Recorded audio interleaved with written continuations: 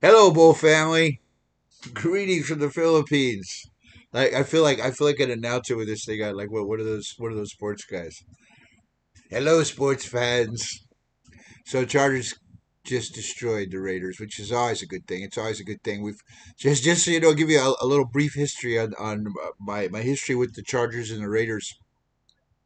When I became a Charger fan at the age of 11, when my father in 1967, and my father took me to my first Charger game in person, and the Raiders played the Chargers. Chargers in that era of Chargers. So when the Chargers first came out, they won a world championship. I'm gonna say that. I'm gonna talk about it. One day. I'll do a video on 1963 San Diego Chargers. The best year ever. It counts. People say, "Well, that doesn't count." Yeah, it counts. Everything that happens counts. What are you talking about? It counts. All the people that were alive then, they count. They're real human beings, including me. I don't remember it though. But anyway, so when I was 11 years old, he took me to this Raider game, and in those days, the Chargers would always come in third place, or it would, or even I don't know. I know the Raiders were really good in those days. It was the Broncos last, and then the Chargers after them, and then the Chiefs. I think the Chiefs and the Raiders were always battling it out for first place in our division.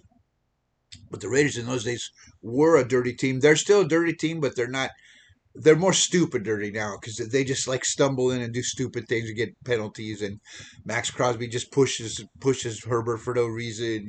Well, he was in my ear. So what? He was in your ear. Get over it, you big baby. He's a great player, and they do respect each other when the game's over. But I'm watching a game, and my dad and his buddies, and they're just cussing. And I think they were cussing because I know they used to cuss a lot. I don't remember that part, but they're all yelling at the Raiders, and the Raiders were dirty. So when the Charger guys get tackled out of bounds, the Raiders are spearing them, and they're just doing nasty stuff. And that's when we started saying this thing, Oakland sucks, and we hate the Raiders, and that's when it sort of became cemented in, and over the years it kind of grew and grew and grew. Marty Schottenheimer was the best coach against the Raiders when he was with the Chiefs and the Chargers, and he would just itch red. He would just get so, and LT would get so pumped, and so I have a hate for the Raiders. Now it's not a real hate like in real life. But those are probably good human beings that have families and whatnot. This is sports. So in sports, I always hate the Raiders. As a matter of fact, I used to go to a church, and they love the Chargers and they hate it. And you know what the pastor said one day? He goes, a Raider loss is just as good as a Charger victory. So even if it's a bad day and the Chargers lose someday, some Sunday or whatever, we can always give hope. And the Raiders have been so bad for about 20 years now. No matter what they do, oh, they brought Tom Brady in. Oh, look how good they are. No, they just fired a coach. The coach they fired, he's still getting paid from the last job he had, millions of dollars, and he's still getting paid $6 million this year. So the guy's sitting there and he's making about $10 million this year, and he's just sitting there going, "Oh man, I'm sure glad I'm not sitting there anymore on the sidelines or up in the booth watching my team be terrible." So we beat the Raiders, but we expect to beat the Raiders. But what about Herbert's hand, right? Let's talk about playoffs. Let's talk about Herbert's hand. Let's talk about playoffs. So first of all, first things first, Herbert's hand. So Herbert goes down the first opening of the game. Herbert goes down. You know, his non-throwing hand. Thank goodness. And some people say he did it on purpose. I don't think he did it on purpose.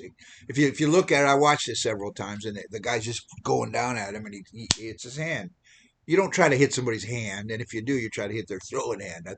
So he goes in, and Trey Lance comes out. He did all right. I mean, we did.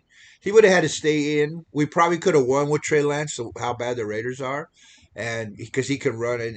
And then when we come out, we do a couple stupid things in the game because we try to do like a handoff for fourth and inches, and we can't go up. He can't take the ball from center because he's got this humongous glove on his head.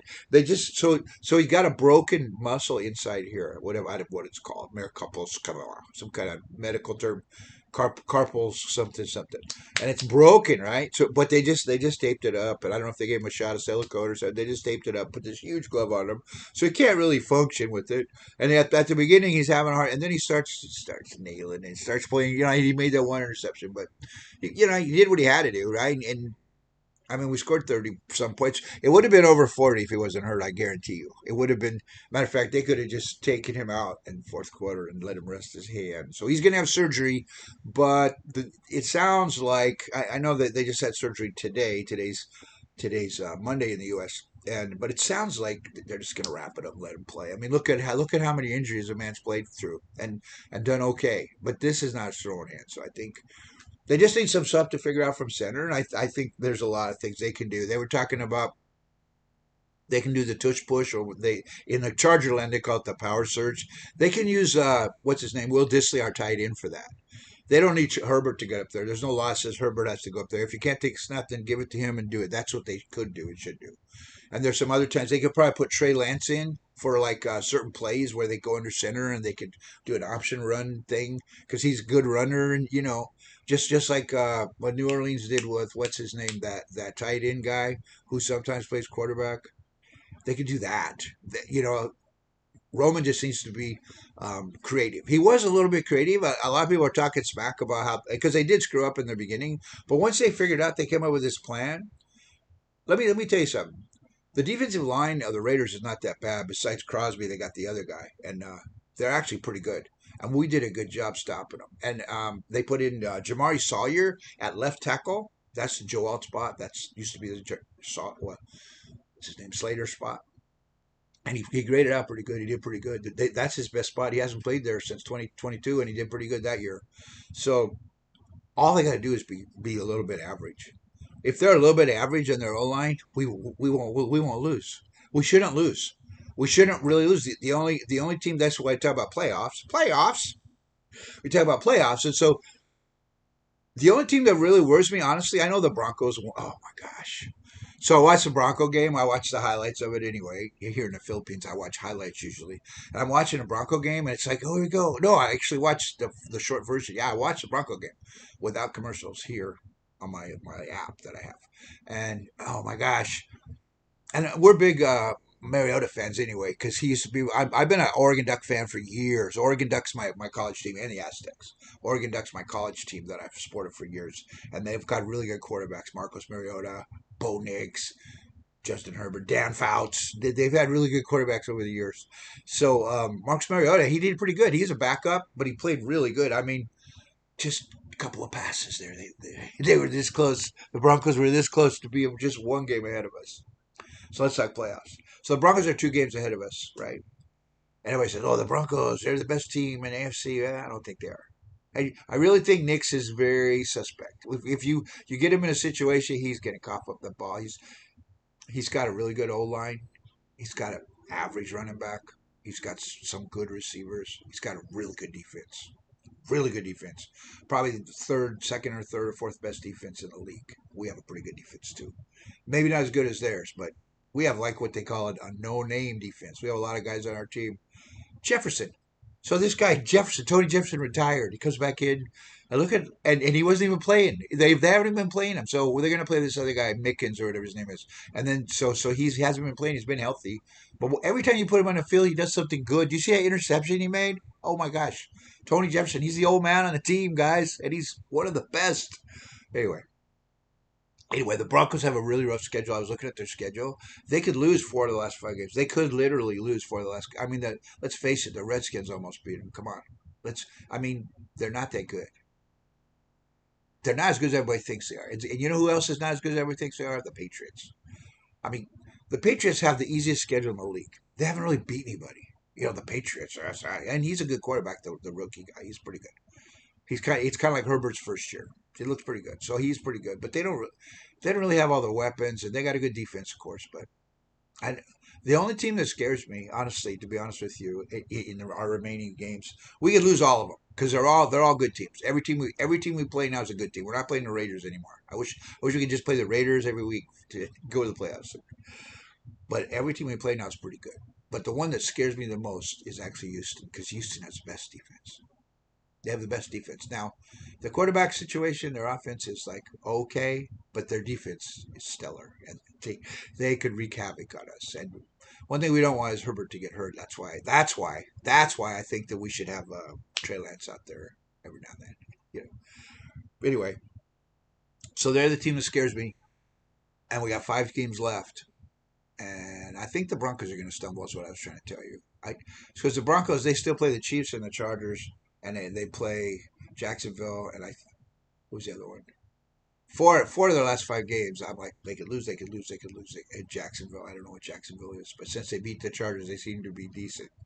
But they could lose 4 of the last 5 games, and all they got to do is lose 2. If we tie with them, we win because we beat them, right? We're undefeated in division play and conference play. We have the best record in conference play, I believe. So if we can just get, if some of those teams can just stumble a little bit, we can move up. We could win our division. It's not out. Everybody goes, well, we're a wild card team. There's no way Denver's. Well, there is a way. It's weirder things have happened, man. I remember that one year. So I'll just close with this little story. I remember that one year where Philip Rivers was playing against what's his name, Jay Cutler. I don't know if you remember Jay Cutler for the Broncos, and they were yelling at each other across the field. They were like rivalry, and they were just. And I remember at the end of the game, Philip Rivers, what was it? It was a fake. So we get the ball, we're getting ready to go score the touchdown, and then it was a bad call on the ref. It should have been our ball, and the ref made a bad call, and because of that, we lost the game. And even afterwards, he's I forgot his name. He's the big old buff guy they used to say. His son's a ref now. I forgot his name, and he made a really bad call. He even admitted after the game, "Yeah, I messed up that call." So we were so upset. Oh, the Broncos, and yet what happened was the very last, just like this year, the very last game was against the Broncos, and it was for the division, and we won. We went to Denver and we beat them. Let's do that again. Let's just do that again. Let's don't ever give up, guys, because I tell you what, our O line. All right, Becton. I don't know. Becton won't be there next year. Makai Becton. I don't know if you know who he is. He's the guy we got from the Eagles. He was on ESPN complaining, well, the Chargers take me out of the. Yeah, because you're hobbled, and he's been playing terrible. You don't complain about. Now, here's the deal. It might be true what he's saying about the coaches not using him right or this, that, and the other. But when you're having a bad year the way you're playing football, that's not the time to complain about the team. You know, if he turns, that's just bad. That's bad form, brother. So I can't see them keeping him after that, especially since his play has been. It started out good a couple games and then it just fell. And maybe he's been injured, and maybe if he comes back and ends the season well, we might. We got him. Our center's terrible. Bozeman, he's got to go, man. Still, I don't know why they like him so much. Everybody loves him. He's got a good heart. Oh, speaking of hearts, all right. I said I closed. I'll close with this. Why didn't anybody on that team get up and defend Herbert when Crosby pushed him? Huh? That's Bozeman. This okay, Bozeman. This is why you're here. He should have got up and punched him or something. That's what they do. You get a penalty, so what? You're not allowed to touch my quarterback, man. Right? And you know who did? Sanjay Law. I guess that's his name. Sanjay, whatever. He's our coach for our receivers. He ran out in the field and started choosing off Crosby. Don't be touching my quarterback. The O linemen, they really they whipped out on that. So let's go, guys. I think the Chargers are going to make the playoffs. I think they're going to surprise people. Are they Super Bowl bound? Well, probably not, but they could be. But I tell you what, they are. I think they're a playoff team, and let's just win that first playoff game. Let's get a playoff game in SoFi, a night game, because they do so good at night, and let's win a playoff game. And let's just get that monkey off our back, and then next year we get a revamped O line, and we're ready. God bless you guys.